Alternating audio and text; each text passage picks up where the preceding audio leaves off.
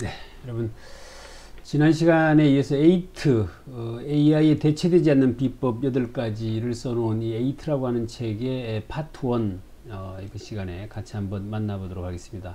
파트 1의 제목은 단 한 번도 경험하지 못한 시대가 오고 있다. 인간이 기계에 대체될 수밖에 없는 이유라고 해서 소개가 되어지고 있는 내용인데요. 이렇게 이야기를 합니다. 실리콘밸리와 하버드 대학교의 발빠른 움직임이라고 소개를 하면서 우리가 비행기를 타보면 이 특등석에 앉아 있는 사람들은 노트북으로 일하느라 정신없이 바쁜데 비즈니스석이나 1등석 라운지 사람들과 달리 조용히 독서하거나 사색하는 사람들이 보통 특등석 라운지에 앉아 있다, 이렇게 이야기를 합니다.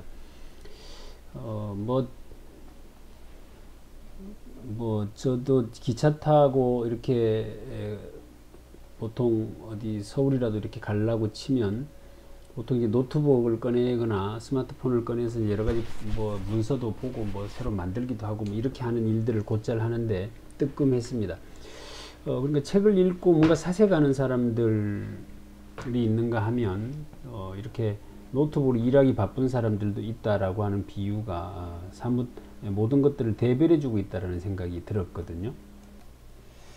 그러면서 이제 지배계급에 대한 이야기를 하고 있는데, 인류 역사에서 지배계급의 프로테이지는 대략 전체 국민의 약 1%에서 2% 정도 된다라고 소개를 합니다. 지배계급들이 가장 중요하게 생각하는 것은 무엇일까? 그것은 당연히 교육이다, 이렇게 이야기를 하고 있고요. 대한민국의 지배계급들도 결국 교육을 통해서 부와 권력을 획득했다. 그걸 또 대물림을 했고 지금도 그것은 계속해서 진행 중이다라고 이야기를 합니다.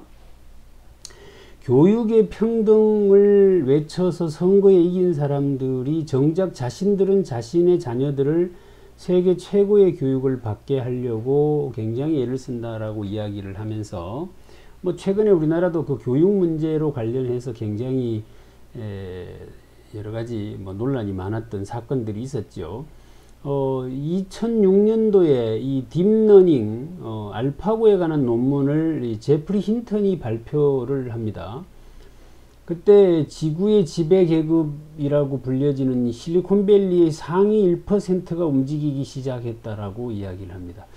그래서 그들이 이제 학교를 하나 세우는데 그게 바로 싱귤레리티 대학교라고 하는 것을 이제 설립을 하게 되고, 이 싱귤레리티 대학교의 교육 목표가 무엇인가 하면 인공지능의 지배자가 되는 나를 만드는 교육이다, 이렇게 소개를 합니다.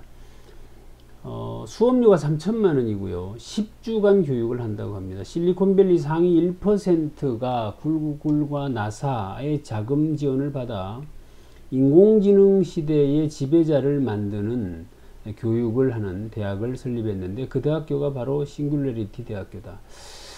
이 싱귤레리티라고 하는 개념은 나중에 다시 조금 더 구체적으로 설명이 되고 있으니까 그냥 쉽게 우리가 설명을 한다고 치면 인간의 그 어떤 사고의 수준이라고 하는 것과 또는 인공지능이 사고하는 수준이 일치되어지는 시점, 이런 개념으로 일단 이해를 하시고 나중에 다시 조금 더 구체적으로 한번 보도록 하겠습니다.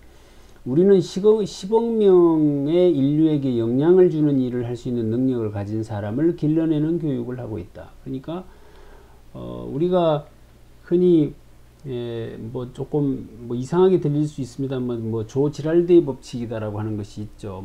사람 한 사람에게는 240명인가에게 영향을 미칠 수 있는 그런 이야기인데, 통상 어떤 사람이 한 10,000명 단위에서 20,000명 단위 정도의 영향을 미칠 수 있다라고 하면 그 사람 나름대로 유명한 공인이죠.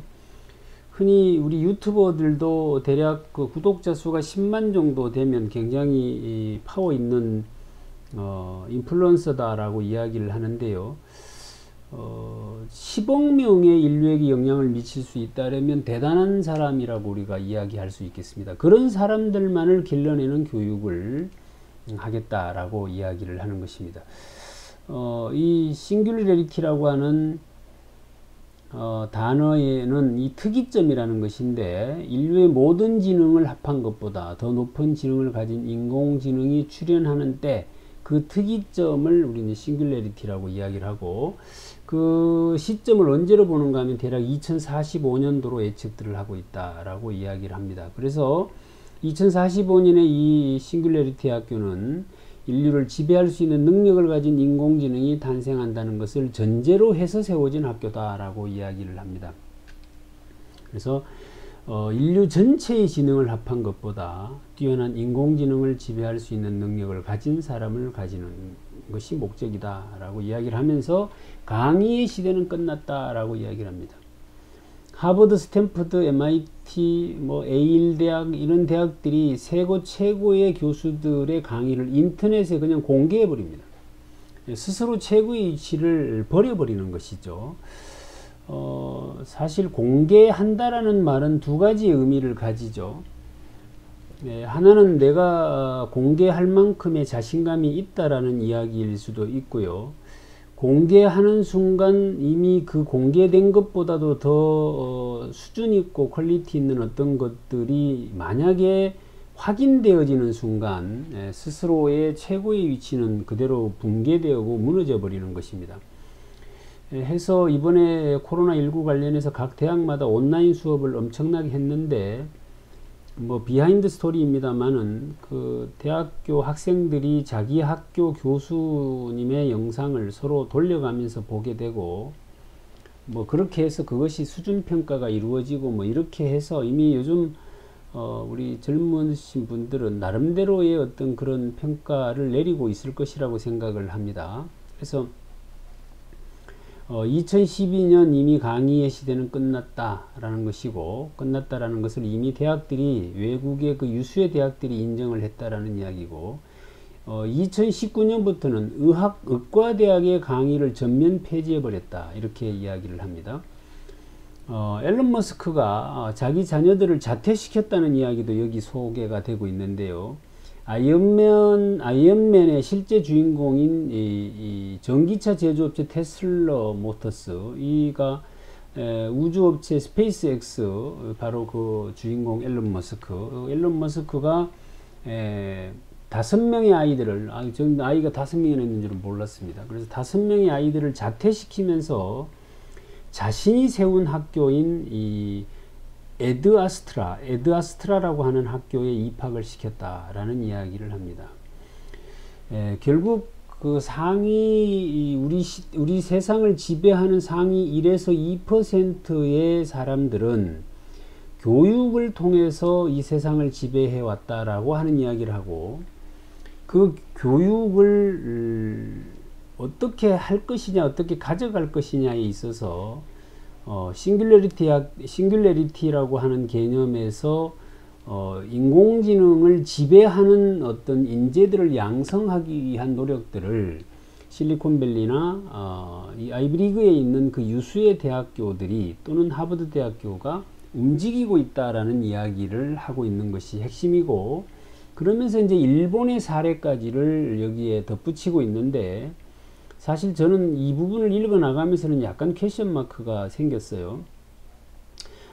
일본이 굉장히 이런 부분에서 지금 교육혁명을 일으켜 가지고 굉장히 잘하고 있다, 또 잘해 나가고 있다라는 이야기로 일본은 2013년도 6월에 150년 만에 교육혁명을 단행했다라고 하면서 2020년까지 올해죠, 입시교육을 폐지하고 공교육에 국제 바칼로레아를 도입했다라고 하면서 스위스에서 시작된 교육과정, 책을 읽고 토론하고 글을 쓰는 것이 핵심인 이런 교육과정들을 교육혁명에 도입했다라고 소개를 해 놓고 있습니다.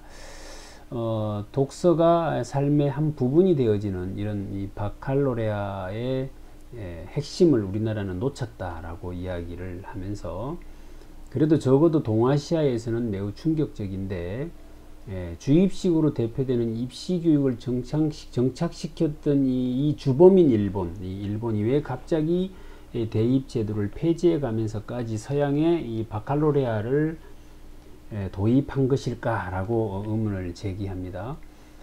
국민 평균 독서력 166이라는 성적표, 그리고 소학교령 반포, 일본의 서양식 교육혁명을 완성했던 사람은 바로 이토 히로부미인데, 그리고 21세기 교육혁명의 시작은 아베 신조가 지금 만들어가고 있다라고 이야기를 하면서, 지금으로부터 165년 전에 일본은 서양의 흑선을 만나고 그것을 계기로 해서 잘 아시는 대로 교육혁명을 일으키고 1차 산업혁명에 결국 개입하게 되고 그런 시대적 흐름에 올라탔었는데, 지금 또다시 일본은 그런 것들을 기획하고 실천하고 있다라는 이야기를 하고 있는 것입니다. 일본은 지금도 세계 최고 수준의 독서 국가로 알려져 있죠.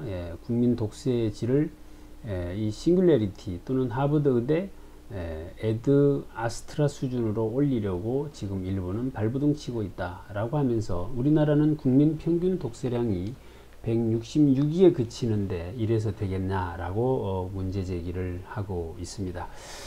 이런 내용들로 해서 뭐 체스 이야기도 나오고요. 또 알파고 이야기들도 이렇게 계속 소개되어져 있습니다.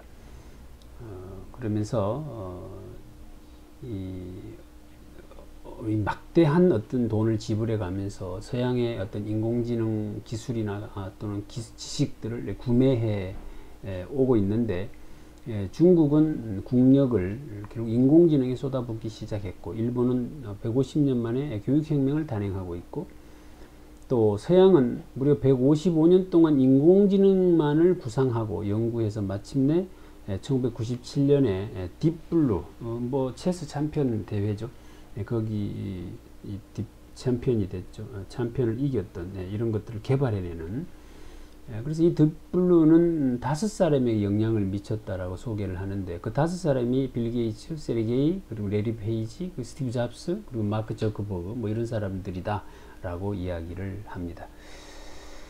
근데 이런 등으로 해서 결국 인간은 기계에 대체될 수밖에 없는 상황으로 갈 것이다 라고 이야기되어지고 있는 그 내용이 바로 이 파트 1에 소개되어져 있는 내용인데요.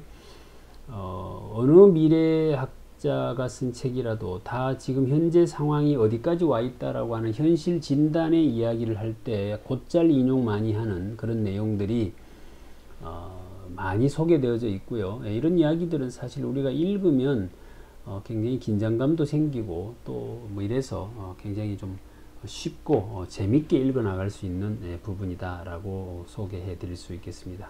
이렇게 해서 8 두 번째 시간 파트 1에 대한 내용을 소개해 드렸습니다. 지금까지 최병철이었습니다. 고맙습니다.